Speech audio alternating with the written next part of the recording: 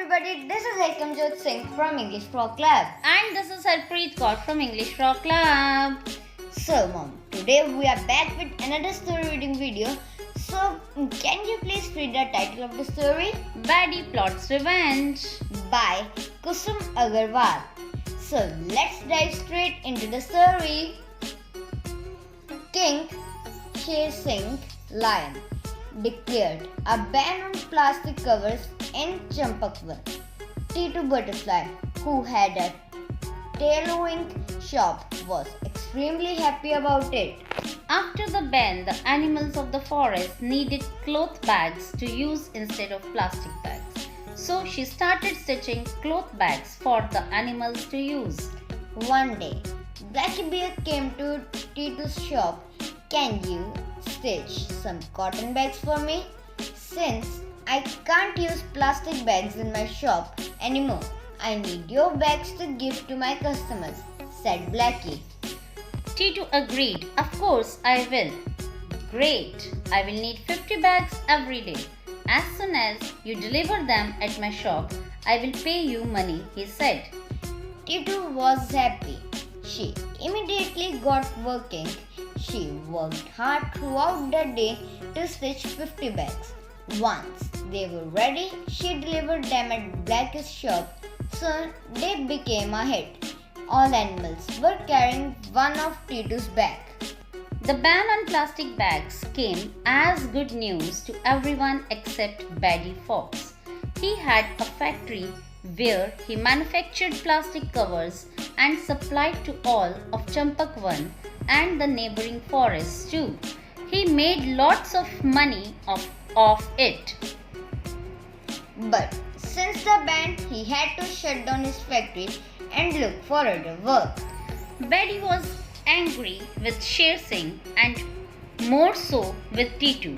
He thought that despite the ban, people would have continued using his plastic covers if not for her cloth bags, and that his factory would not have had to shut down. After much thought, Baddie came up with a plan to foil Titu's business. One evening, after Titu finished stitching the bags, she left the shop to get something to eat before delivering them to Blackie Baddie, who had been watching her. Immediately entered the shop and started cutting small holes at the bottom of each bag. Then he quickly left before Titu arrived.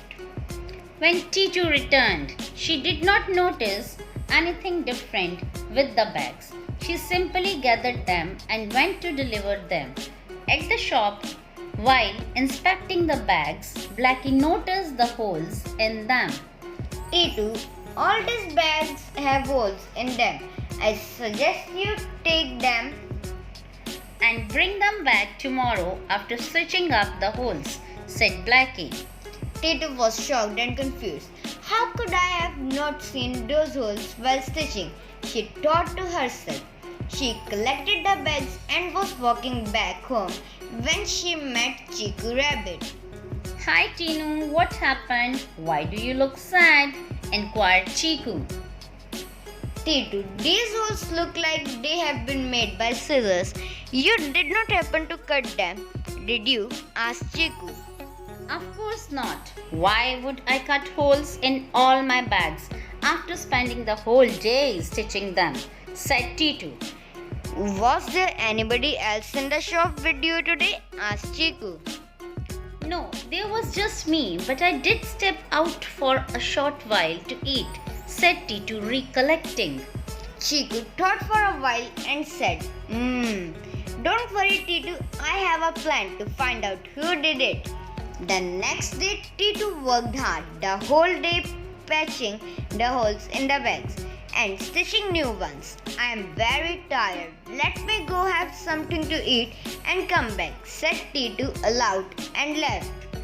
Baddie, who was hiding nearby, entered the shop just as he was about to cut the bags. Chiku, who was hiding inside the shop, caught him red-handed.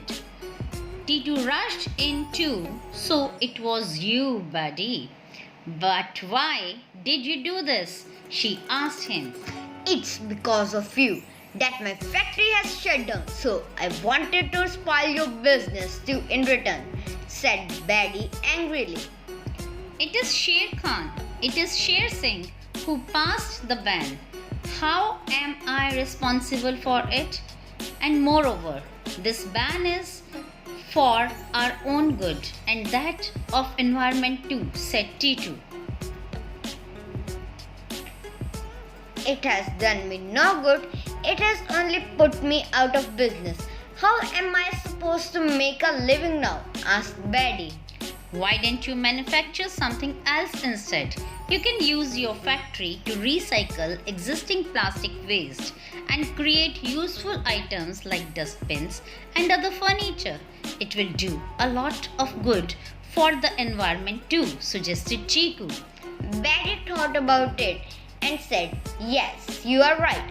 It does seem me like a good idea. I am sorry. Titu, my anger blinded me.